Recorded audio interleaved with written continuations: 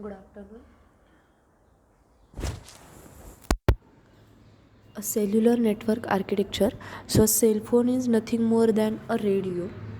We have already seen it in yesterday's lecture. So, the working principle of the cellular network is very interesting one, and the cellular network allows the user to connect wirelessly to the PSTN. Now, what is the long form of PSTN? PSTN means Public Switched Telephone Network. So, to really appreciate what technology has done for us all in the evolution of cellular network, we will take a brief look at what PSTN looked like initially. So the PSTN has been on the speedy evolution.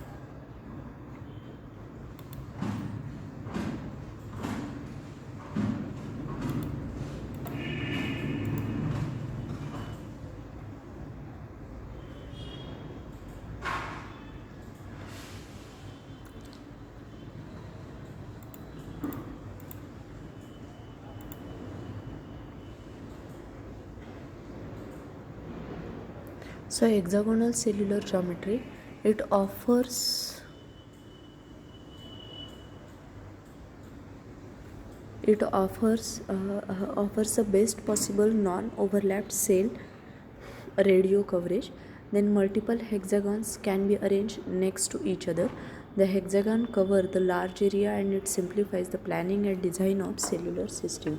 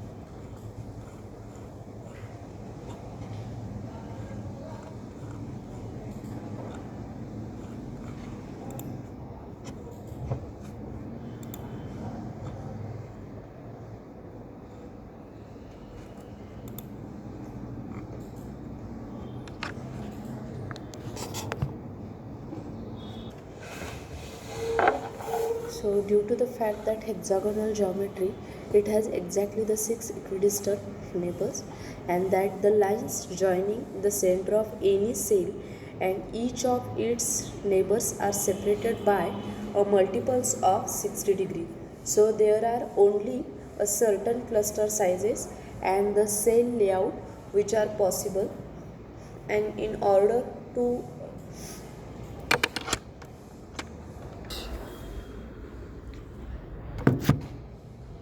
so it has exactly six equidistant neighbors, and that the lines joining the center of any cell and each of its neighbors are separated by a multiple of 60 degree.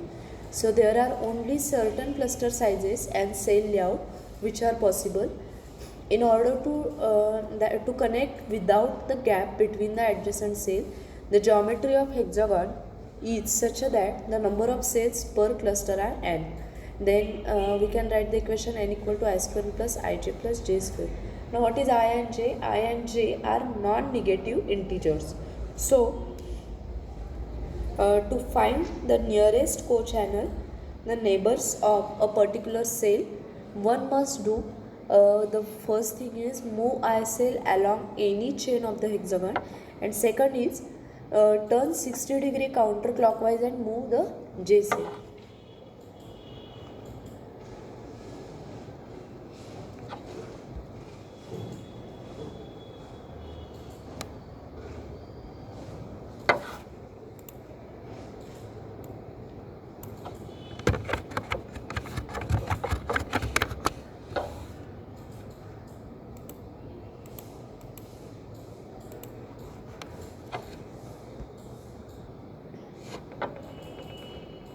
So early wireless system had a high power transmitter covering the entire service area, and this required a very huge amount of power and was not suitable for many practical reasons. The cellular system replaced a large zone with a number of smaller hexagonal cells with a single base station covering a fraction of the area. So evolution of such a cellular system is shown with all wireless receivers which is located in a cell being served by base station. Now wireless device need to be supported for a different types of services. The wireless device could be a wireless telephone laptop with wireless card, personal digital assistant that is PDA, or web enabled phone. So for simplicity it could be called as a MS mobile station. In cellular structure, the mobile station need to communicate with the base station of the cell where MS is currently located, and the base station acts as a gateway to the rest of the world. So therefore, to provide a link, the MS needs to be in the area of one of the cell so that the mobility of the MS can be supported. Now several base stations are connected through hard wires and are controlled by BS controller, which in turn is connected to a mobile switching center. So several mobile switching centers are interconnected to PSTN, that is public switch telephone network, and ATM, that is asynchronous transfer mode backbone. So to provide a better perspective of a wireless communication technology, which is simplified system infrastructure for cellular system. Now cellular system require a fairly complex infrastructure.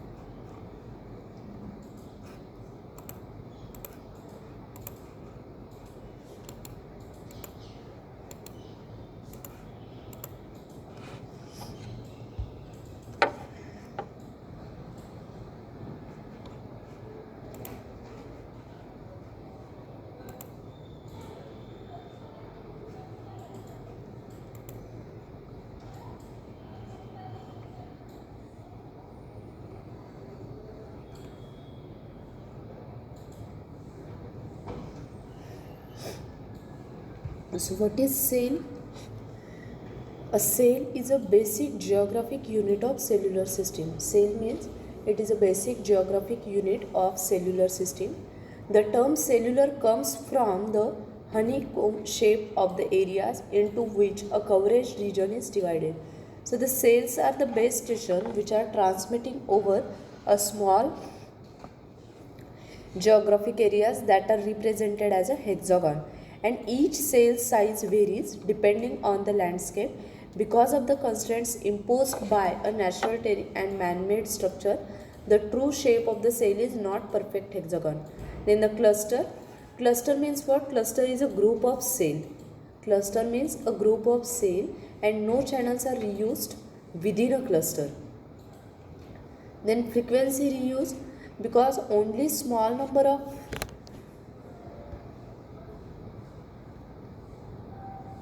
because only a small number of radio channel frequencies were available for a mobile system, engineer had to find a way to reuse the radio channel in order to carry more than one conversation at a time. So the solution the industry adopted was called frequency planning or the frequency reuse. The frequency reuse was implemented by restructuring the mobile telephone system architecture into the cellular concept. The concept of frequency reuse is based on assigning to each cell a group of radio channel used within a small geographic area. So the cells are assigned a group of channel which is completely different from the neighboring cell, and the coverage area of the cell are called as a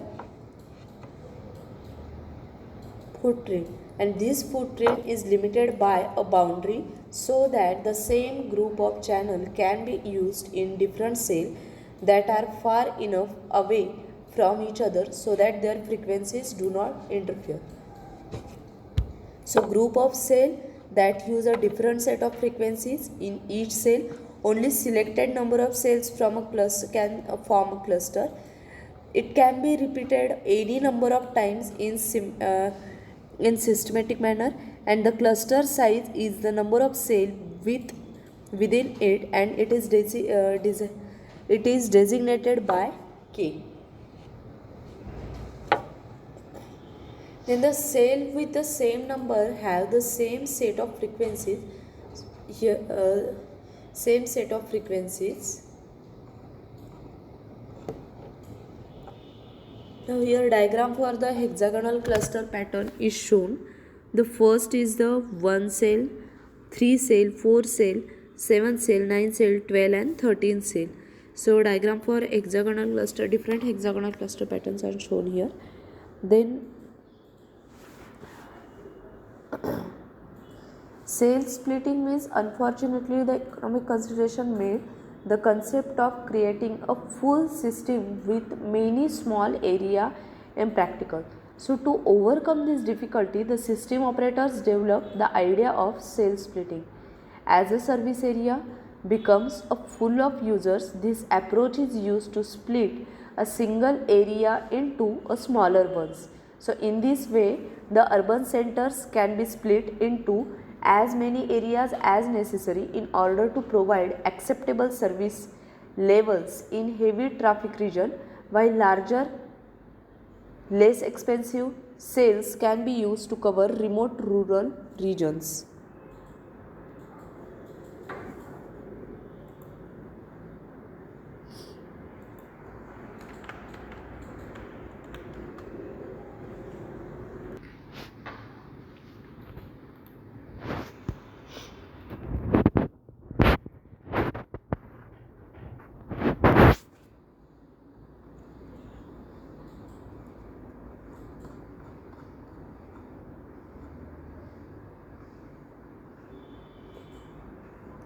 Now this diagram shows the overview of the cellular system, which consists of the remote access PS, and that is public switching network, mobile telecommunication switching office, base transceiver station, three base transceiver stations.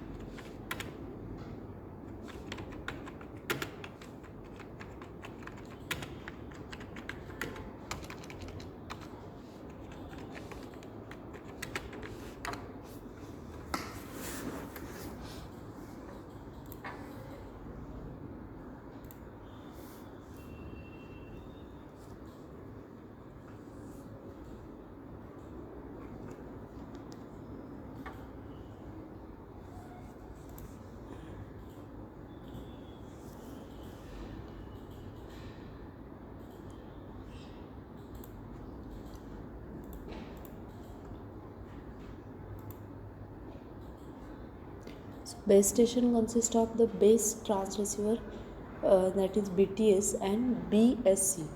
Both tower and antenna are part of BTS, while all associated electronics are contained in the BSC. Then HLR means the home location register, and VLR is the visitor location register.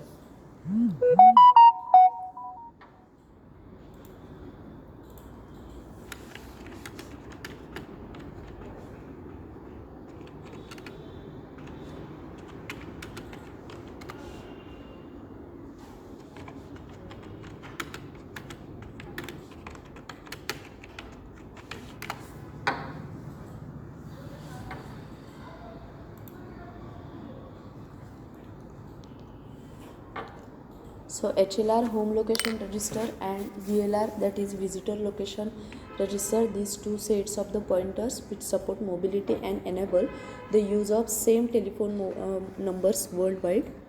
So AUC, that is the authentication center unit, provides authentication and encryption parameter which verify the user's identity, and it ensures the confidentiality of each cell. Then equipment identity register is a database which that information about identity of mobile equipment. Both AUC and EIR can be implemented as individual standalone unit or as a combined AUC or EIR unit. The HLR is located at the MSC where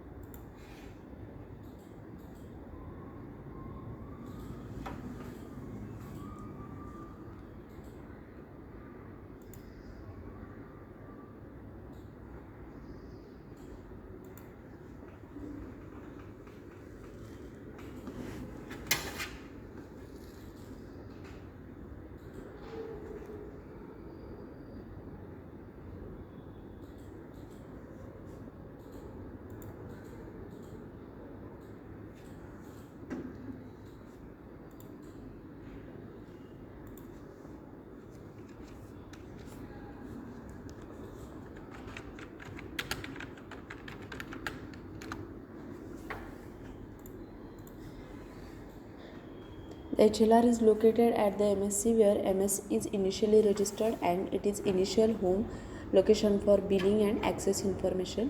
That means any incoming call which is based on the calling number is directed to the HLR of the home MS where MS is registered, and HLR then points to the VLR of the MSC where the MS is currently located. So bidirectional HLR or VLR points helps in carrying out various functionalities.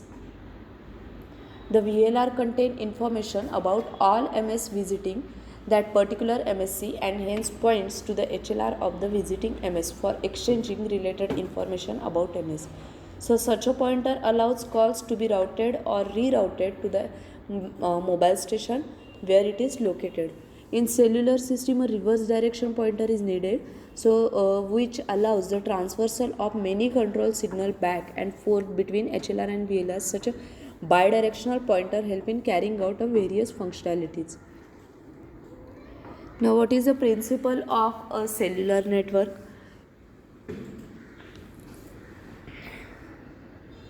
So the cellular radio is a technique which was developed to increase the capacity which is available for a mobile radio telephone service. Then each cell is allocated a band of frequency and it is served by a base station which consists of transmitter, receiver and a control unit. Then each cell has a base transceiver. The transmission power is carefully controlled to allow the communication within the cell using a given frequency while limiting the power at the frequency which escape the cell into adjacent ones, which is shown in this diagram here.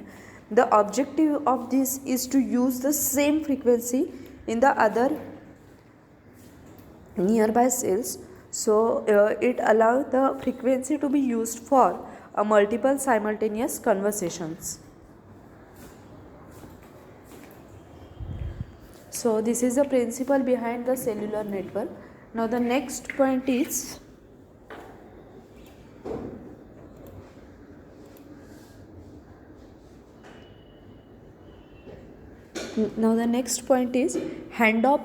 handoff, or we can say handoff between the base station.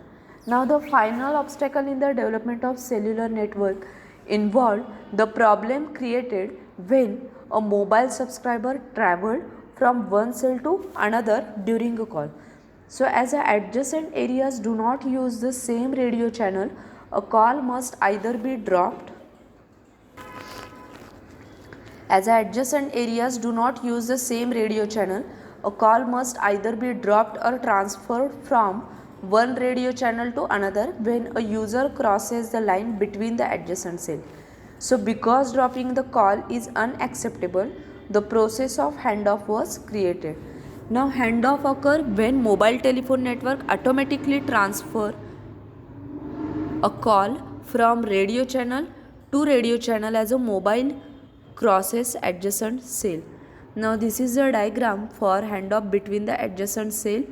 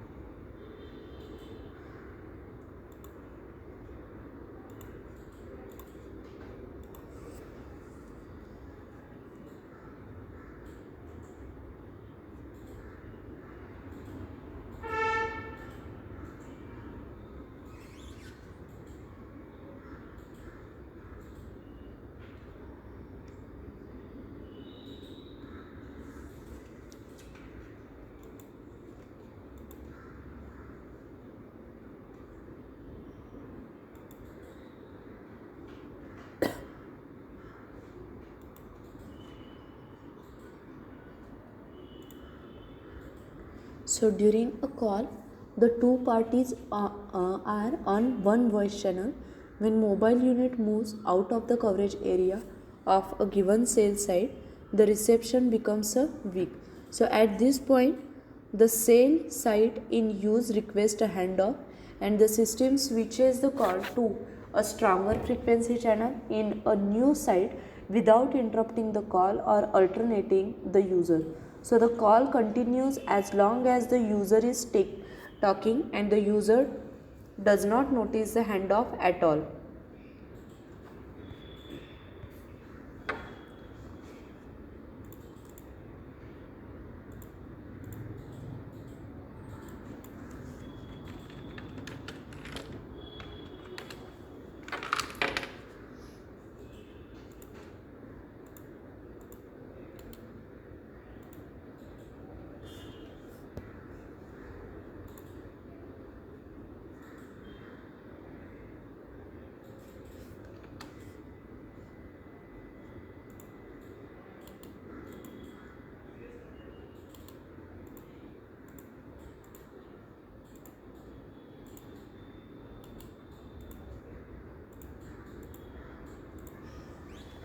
In cellular communication, handoff means what? It is the process of transferring an active call or data session from one cell in cellular network or from one channel to another. So in satellite communication, it is the process of transferring the control from one earth station to another. A handoff is necessary for preventing the loss of interruption of service to a caller or the data session user. Handoff is also called as handover.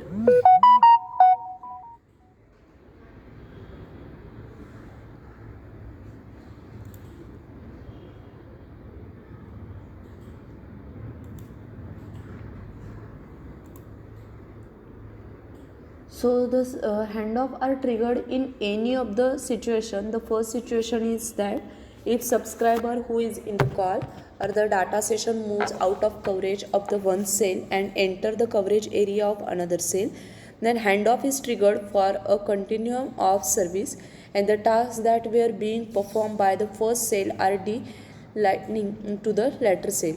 Then the second situation is that each cell has a predefined capacity.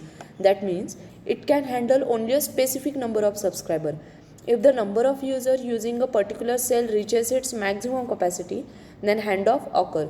So some of the calls are transferred to adjoining cell, provided that the subscriber is in the overlapping coverage area of both the cells. So the cells are often subdivided into micro cell, and a handoff may occur when there is a transfer of duties from the large cell to the smaller cell and vice versa. For example, there is a traveling user moving within the jurisdiction of the large cell. If the traveler stops, then the jurisdiction is transferred to a micro cell to relieve the load on the large cell. The handoff may also occur when there is an interface of call using the same frequency for communication.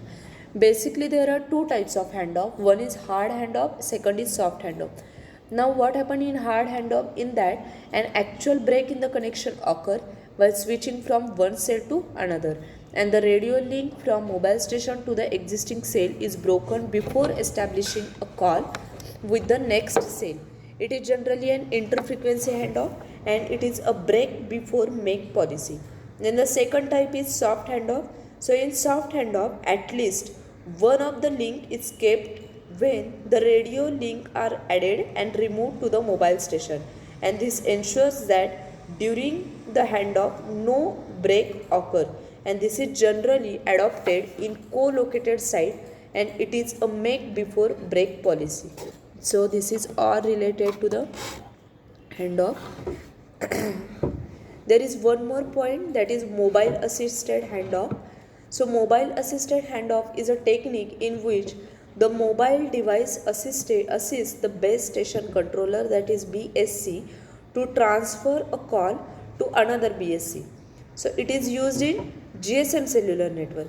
In other system like AMPS, handoff is solely the job of BSC and the mobile switching center without any participation of the mobile device. However, in GSM, when mobile station is not using its time slot for communicating, it measures a signal quality to a nearby BSC and send this information to the BSC. So the BSC means what? Base station controller. So BSC perform the handoff according to this information. Thank you.